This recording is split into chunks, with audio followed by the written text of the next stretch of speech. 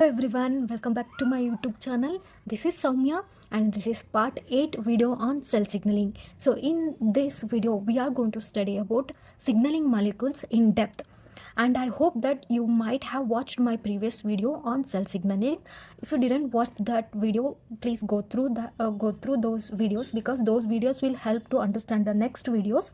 If you're interested, you can watch it. Thank you.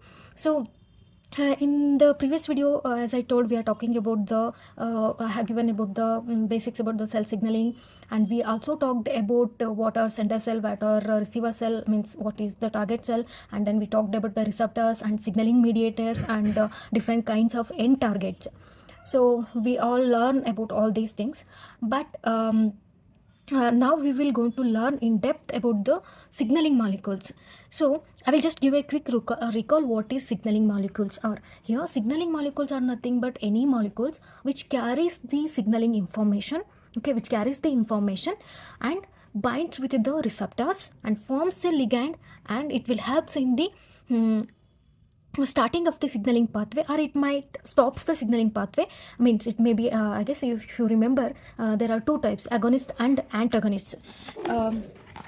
If you see here, so signaling molecules are nothing but any molecules that carry signals, means information that alters the cellular activity of the target cell. Those are called as signaling molecules, and these signaling molecules are also called as first messengers, and as it is binds with the receptors, hence these are also called as ligands.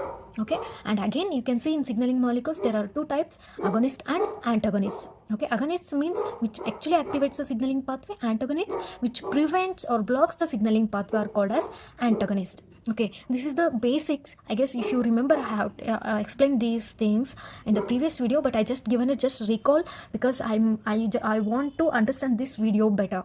Okay, now we will learn about the signaling molecules in depth now.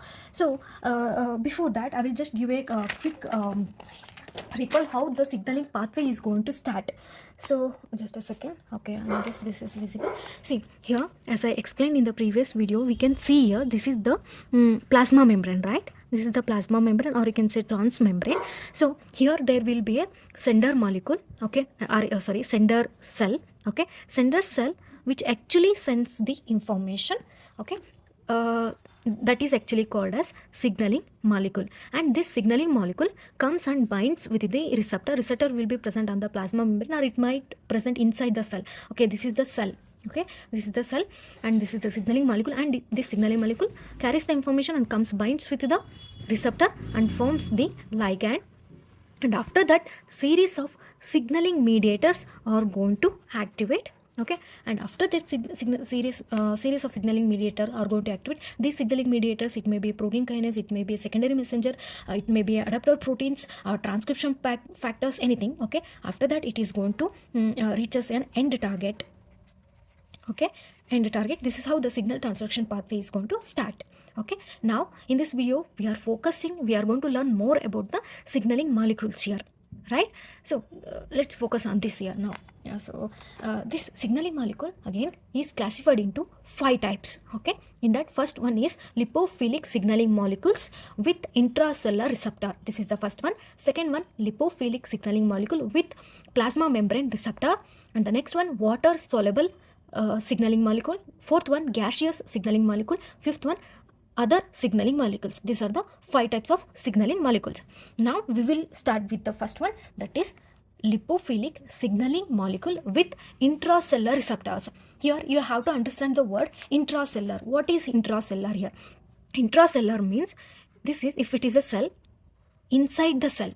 Okay, that is actually called as intercellular. Okay, and there is another word that is called as inter. Okay, inter means in between. So many people will get confused with these two terms. Okay, this is very easy. Intra, tra. Okay, so in pronunciation itself you may get some idea meaning about that word. Intra means inside the cell.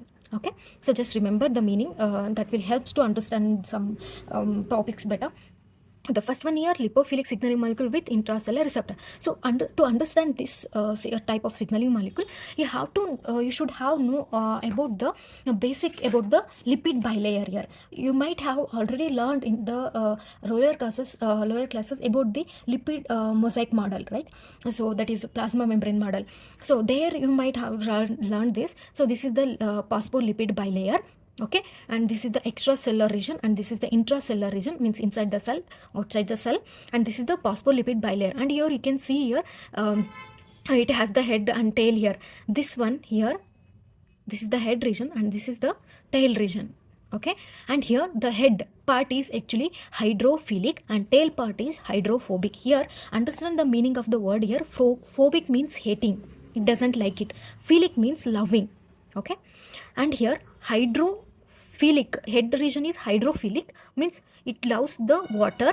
Okay, it loves the water, but tail region, it hates the water. So that's why, they are formed like this.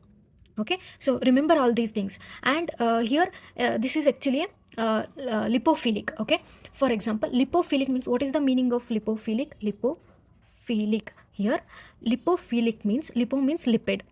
Okay, philic means, as I said just now, that is loving. Okay, lipid loving. And here the head region, okay, it is actually made up of fatty acid. Okay, nothing but a lipid. Okay, and it is actually an lipophilic, means it actually loves the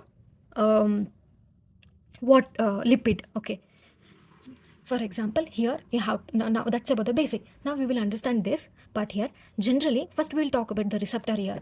So as I explained here just now, so wait a second. Okay, we'll talk about the receptor. Usually the receptor will be present on the plasma membrane, but you may if you learned in my previous video that receptor might also present inside the cell, or it may attach to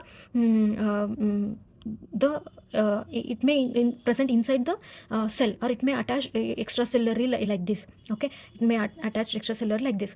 Okay, whatever it is, but here what happens, the receptor will be present inside the cell. For example, generally the receptors are located on the plasma membrane. So that is the first role. The receptors are located on the plasma membrane of the target cell. This is the target cell. The receptor will present on the plasma membrane generally, but some receptors are found inside the target cell. So the receptor is found inside the target cell. So these are actually called as intracellular receptors, because it is present inside the cell. For example, I explained what is intracellular meaning here. That the receptor is present inside the cell. That's why it is an intracellular receptor. And then in this case, the signaling molecule will have to cross plasma membrane or lipid bilayer to bind to the intracellular receptors. So as the basics, we know that signaling molecules and comes and binds with the receptor and forms an ligand, and there the information is passed down, and then this cellular activity is changed. Okay, some kind of cellular activity is going to start, or it might going to stop. So this is how the function is. But here the challenge for this first type of signaling molecules here is that the receptor, as it is present inside the cell, now the challenge for this signaling molecule is that it has to cross this plasma membrane. It has to cross this plasma membrane. So then only it can go and binds with the receptor, then it forms a ligand and brings out some kind of reaction, and then it will start the signaling pathway. So now the question is, then how it is possible for the signaling molecule to cross this plasma membrane.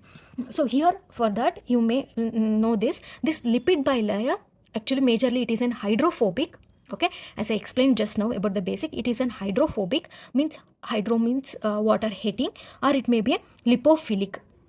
Okay, or it may be lipophilic. Therefore, the signaling molecules will have to be lipophilic in nature to cross the plasma membrane. That's why. So as I explained here just now, so this is the lipophilic one. Okay, so this lipid bilayer is lipophilic, then it should be lipophilic. The signaling molecules also should be lipophilic. When it is lipophilic, okay, lipid loving, then if both, this one will be lipophilic, right? This is also lipophilic. So when both two are lipophilic, then for easy for the signaling molecule to cross this plasma membrane.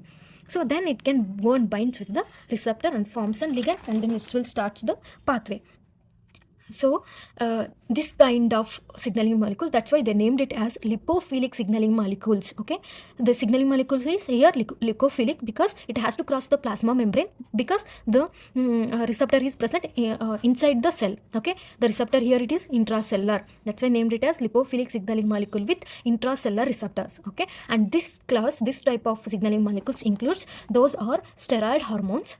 Okay, in steroid hormones again there are three types, that is sex steroids. Sex steroid hormones are again three types, that is estrogens, progesterones and androgens. And again the next type of steroid hormone is corticosteroid. In corticosteroid you are going to get three types, that is glucocorticoid and then mineralocorticoids and then dihydroepiandrosterone, and then the third type is ecdiosteroids.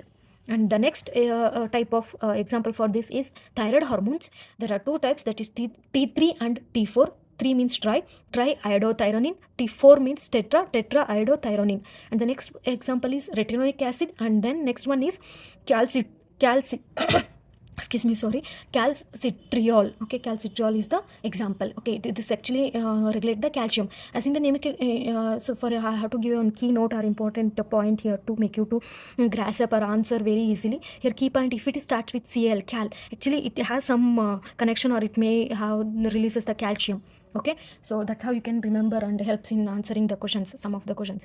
Okay, so this about the type of first type of signaling molecule. Okay, in the next video we will learn about the different other types of signaling molecules here, but in the next video I will just continue with the this topic here, that is hypothalamus pituitary glandular axis. Okay, so as I said here before, so these are the hormones, right? So in hormones we are going to get the exocrine hormones and endocrine hormones. Okay, these actually endocrine hormones. So now we have to, this actually includes the so many types of hormones, and we should know how these hormones are, where it is releasing and which part it is going to reach and how the action is. Okay, what is the function, so that we will understand these signaling molecules, this first type of signaling molecule. That's why I will explain this hypothalamus pituitary glandular axis in detail. We will learn about this chart in detail, and it will help you to understand better how the our body, how the mechanism is going to take place inside our body.